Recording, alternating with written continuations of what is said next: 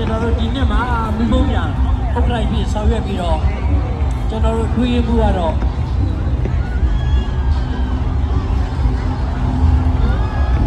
ဘုမိုးစောဆိုကျွန်တော်တို့ညွှန်ကြားရေးမှုကနေပြီးတော့ကျွန်းကြ